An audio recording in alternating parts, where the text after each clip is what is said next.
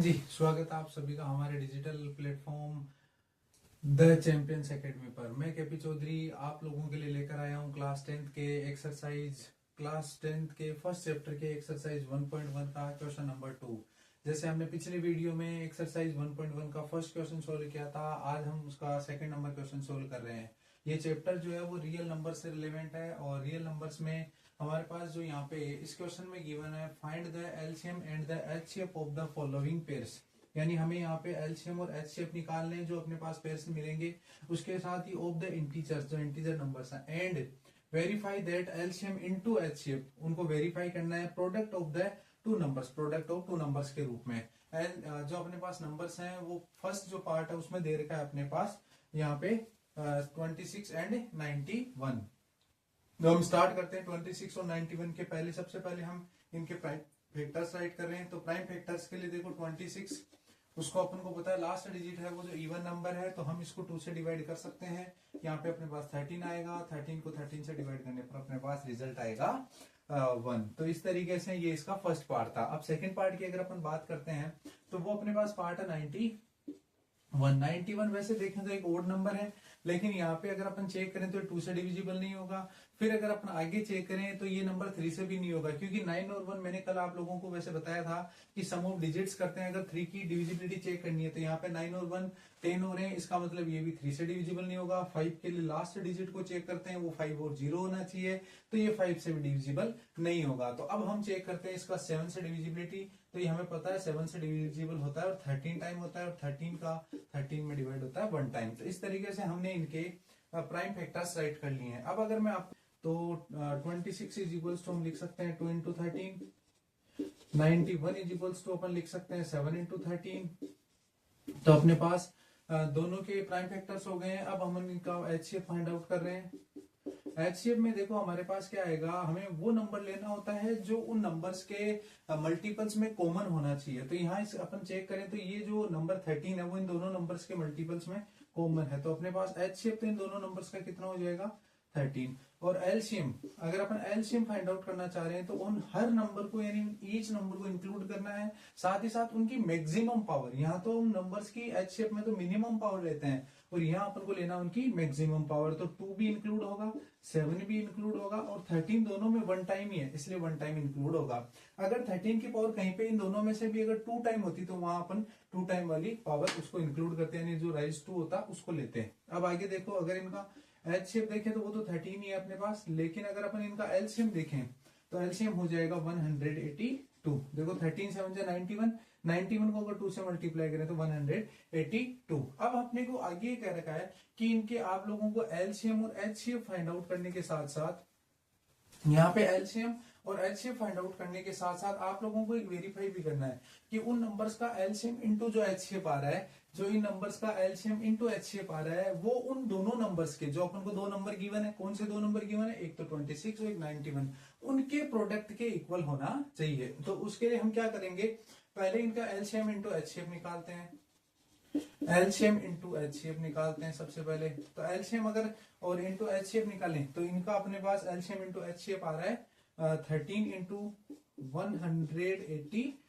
तो देखो मल्टीप्लाई करने के लिए 13 की टेबल 2 टाइम बोलेंगे, 13 टू जा 26, अपने पास 2 कैरी हुआ। 13 की टेबल अब 8 टाइम बोलनी है, तो 13 8 जा कितना होता है 104 और अपने पास जो 2 कैरी हुआ था तो 106 हो जाएगा।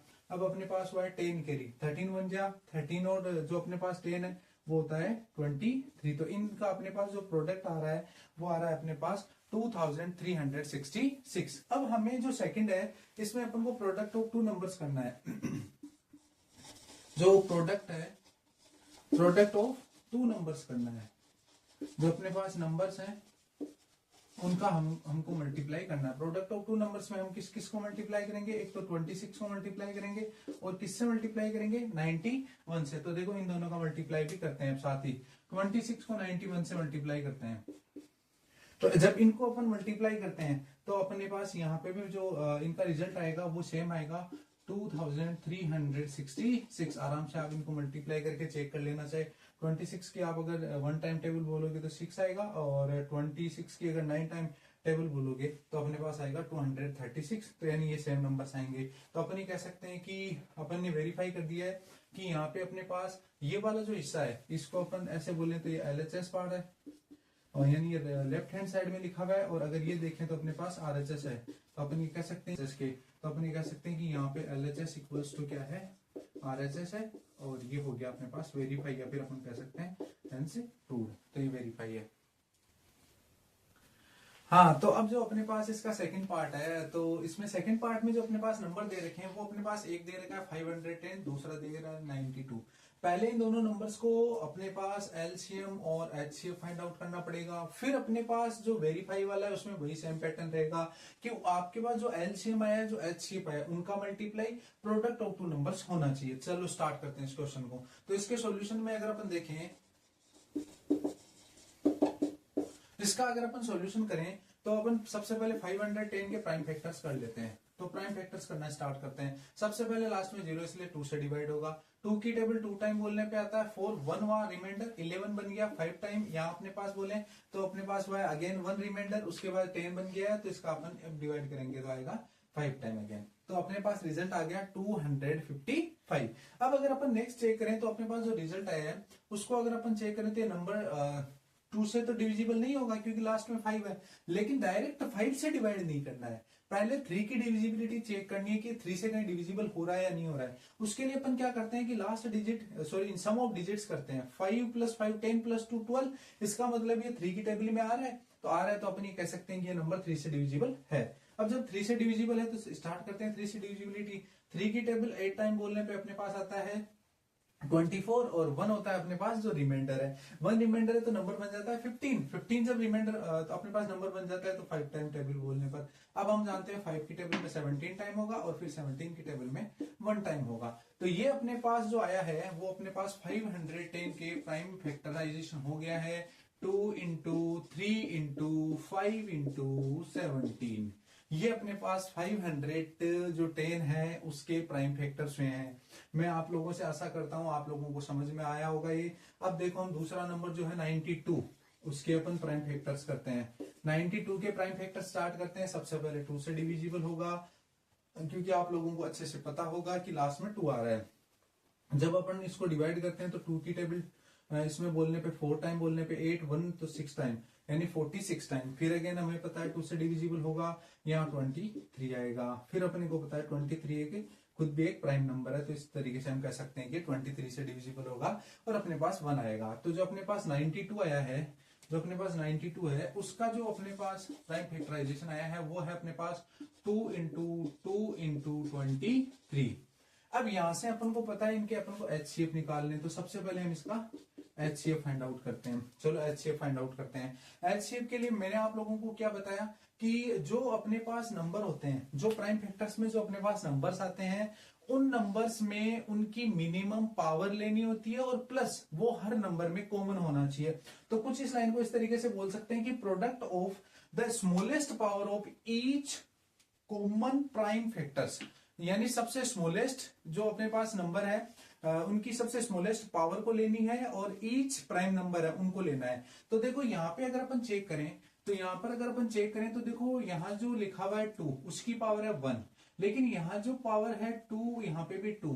इनके पास अगर इन दोनों को देखें तो बेस सेम है, पावर ऐड हो जाती है। इन नंबर्स को मैं एक बार इस तरीके से वापस रीराइट कर रहा हूं। इसको अपन लिख सकते हैं 2 पावर 1, इसको लिख सकते हैं 3 पावर 1, इसको लिख सकते हैं 5 पावर 1 और इसको लिख सकते हैं 17 पावर 1।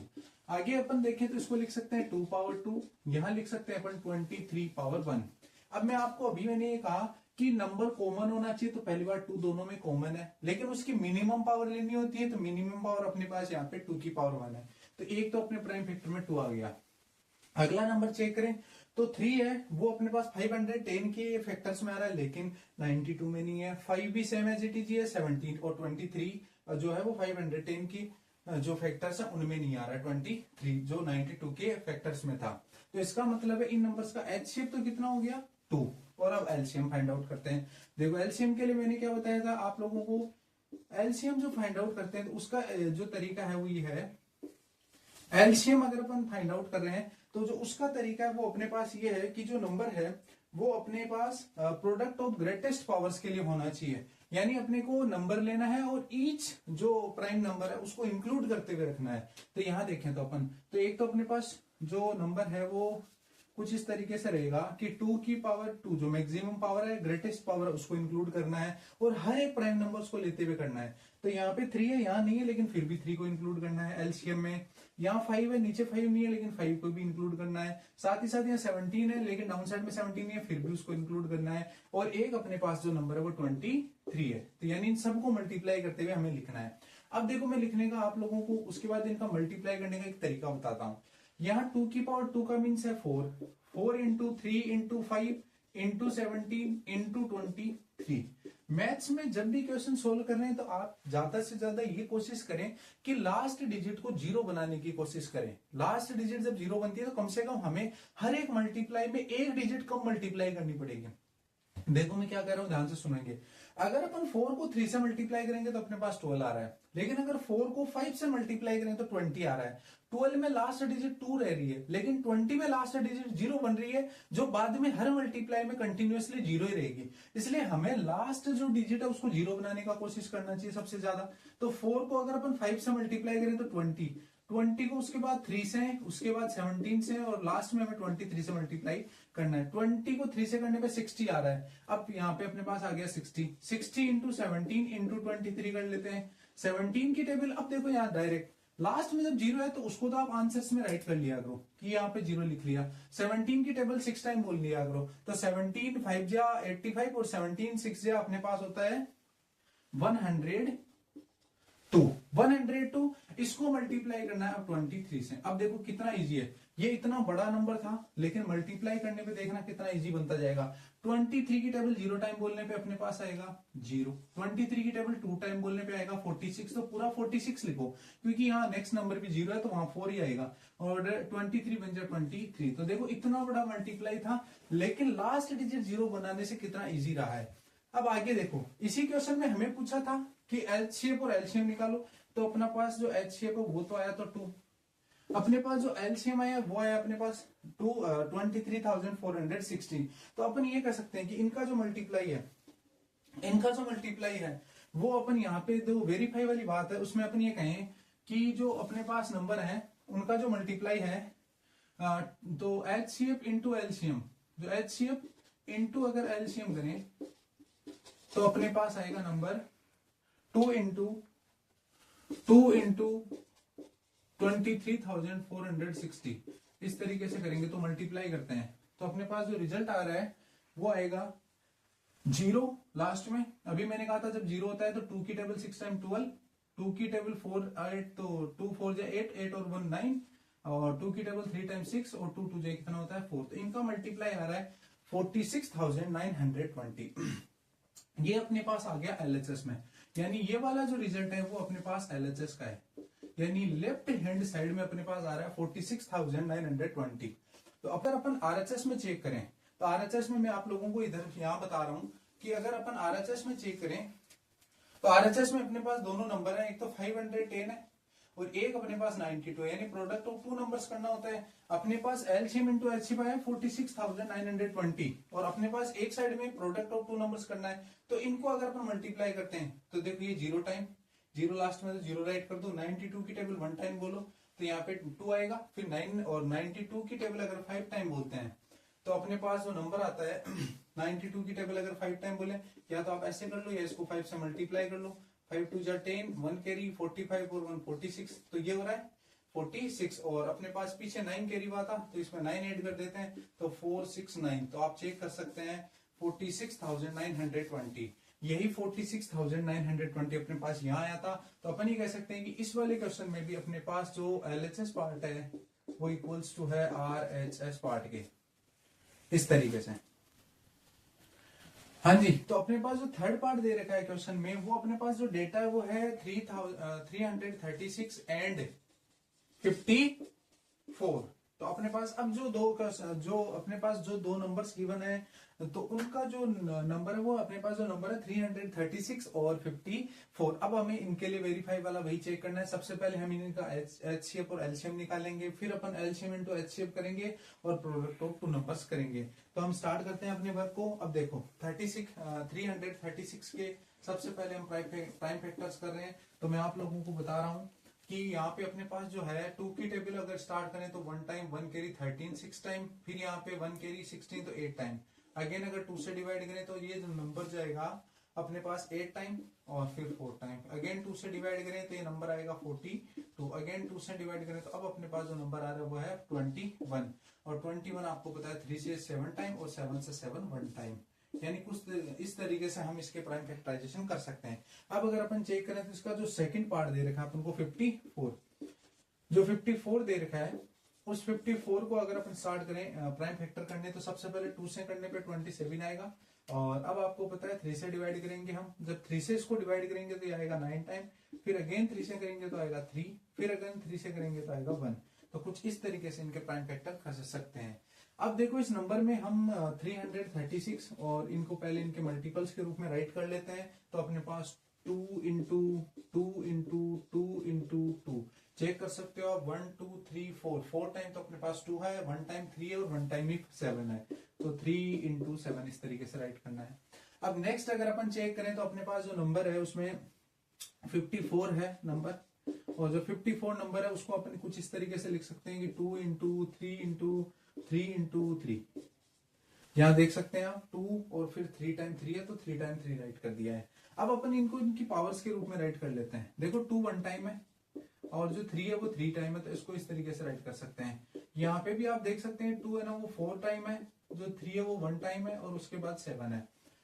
2 है वो 4 टाइम है, 3 है जो 1 टाइम है और 7 है जो यहाँ पे ये भी 1 टाइम में है। चलो अब आगे अपन बात करते हैं इनका, अपन निकालते हैं एलसीएम। सबसे पहले एचसीएफ निकाल लेते हैं। चलो एचसीएफ निकालते हैं, एचसीएफ निकालते हैं 336 एंड 54 का। देखो वही पैटर्न रहेगा, आप लोगों को मैंने बता दिया है लिस्ट जो, या फिर अपन यूं कह सकते हैं कि जो न्यूनतम या जो सबसे मिनिमम जो पावर है वो प्राइम नंबर्स इंक्लूड करने हैं, और ईच प्राइम नंबर्स को इंक्लूड करना है जो कॉमन होना चाहिए, ये ध्यान रखना है। तो कॉमन होना चाहिए इसका मतलब यहाँ 2 है कॉमन है, क्योंकि यहाँ पे भी 2 है तो दोनों में कॉमन है, लेकिन उसकी मिनिमम यानी जो लोवेस्ट पावर है उसको इंक्लूड करना है। अब यहाँ पर नहीं कह सकते कि 2 की पावर 1 इंक्लूड करनी पड़ेगी, 2 की पावर 4 इंक्लूड क्यों नहीं किया, क्योंकि वो मिनिमम पावर नहीं है बेटा। यहाँ पे अपने पास जो दे रखा है ना 2 पावर 4 वो मिनिमम पावर होनी है, तो 2 पावर 1 मिनिमम पावर है। आगे देखो यहाँ 3 पावर 1 है, यहाँ 3 पावर 3 है, तो अपन ये कह सकते हैं कि यहाँ 3 पावर 1 है और यहाँ 3 पावर 3 है, तो यहाँ देखेंगे अपन 3 पावर 1 को इंक्लूड करेंगे ना कि 3 पावर 3 को। इसके पीछे क्या रीजन है, क्योंकि यहाँ पे भी वही सेम प्रोसेस है, जो मिनिमम पावर है उसको इंक्लूड करना है। यानी 336 और जो 54 है उनका जो अपने पास यहाँ पे एचसीएफ आएगा वो आएगा 3 2 6, कितना आएगा 6। आगे बात करते हैं इनका, अपन एलसीएम निकाल लेते हैं। अब देखो एलसीएम निकालते हैं 336 और 54 का अपन एलसीएम निकाल लेते हैं।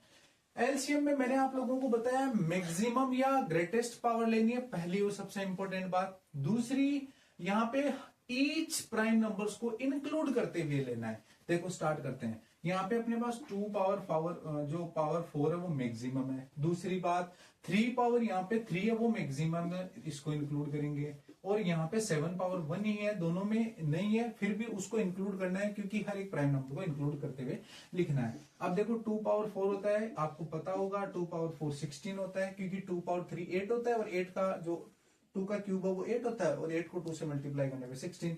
3 पावर अगर 3 की बात करें तो अपने पास 27 होता है। या आप लोगों ने 8th क्लास में जब स्क्वायर और क्यूब वाला चैप्टर पढ़ा है तो वहां बहुत अच्छे से पढ़ा होगा कि 3 का क्यूब 27 होता है, उसको मल्टीप्लाई करना है 7 से। और अगर अपन इन तीनों का मल्टीप्लाई देखें तो अपन सबसे पहले एक काम कर लेते हैं कि 16 को 7 से मल्टीप्लाई कर लेते हैं। 16 5 जा 80 होता है, 16 6 जा 96, और 16 जो 7 जा होता है अपने पास वो होता है 112। तो 112 उसको मल्टीप्लाई कर लेते हैं 27 से, और जब 27 से मल्टीप्लाई करें तो मुझे ऐसा लगता है कि 27 की टेबल आराम से हम इतने टाइम बोल सकते हैं। तो 27 2 जा 54 होता है। यहाँ अपने पास जो 54 है उसका 54 का 4 राइट कर रहा हूं मैं। आगे देखो अपने पास अब 5 कैरी हुआ है, तो 5 कैरी हुआ है तो 27 1 जा 27, और 5 अगर जोड़ें तो यहाँ पे अपने पास नंबर बन जाएगा 32। और अब अपने पास कैरी हुआ है 3, और 27 1 जा 27, 27 1 जा 27, और अपने पास जो 3 था उसको अपन लिखते हैं तो ये नंबर बन जाएगा 3024। 3024 अपने पास गिवन नंबर्स 336 एंड 54 का एलसीएम आया है। जो अपने पास जो 6 आया था वो एचसीएफ आया है 3036 और 54 का। अब अपन आगे स्टार्ट करते हैं। देखो हमें यहां तक करना है जब ये क्वेश्चन सिर्फ इतना ही पूछा जाए कि LCM and HCM following pairs के इंटीजर्स जो दे रखे हैं उनका पता करो। लेकिन क्वेश्चन में आगे पूछा है कि वेरीफाई भी करना है, तो इसके लिए भी हम वेरीफाई कर देते हैं। वेरीफाई में हमें क्या करना है, एक साइड में एलसीएम इंटू एचसीएफ करना है और एक साइड में हमें प्रोडक्ट ऑफ टू नंबर्स करना है। जो अपने पास प्रोडक्ट ऑफ टू नंबर्स हैं,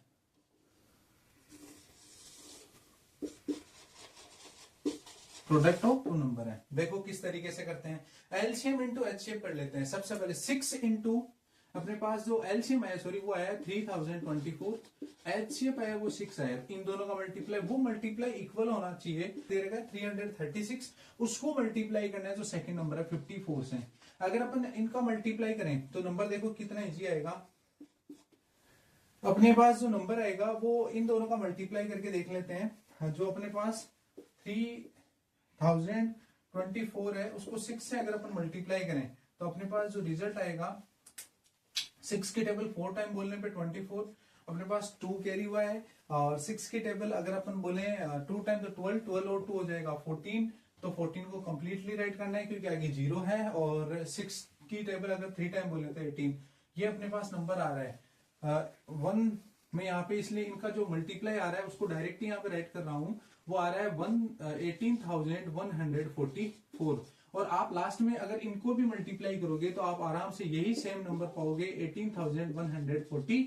तो अपन यहां से कह सकते हैं कि एलसीएम और एचसीएफ उन दोनों का प्रोडक्ट, दोनों नंबर्स के जो एलसीएम और एचसीएफ का जो प्रोडक्ट है वो गिवन दोनों नंबर्स के मल्टीपल्स के इक्वल है। तो यहां से अपन ये भी कह सकते हैं कि ये वेरीफाई हुआ है, एलसीएम और एचसीएफ जो इनका मल्टीप्लाई था वो नंबर्स के प्रोडक्ट के इक्वल था। ये एलएचएस और आरएचएस इनके भी इक्वल है।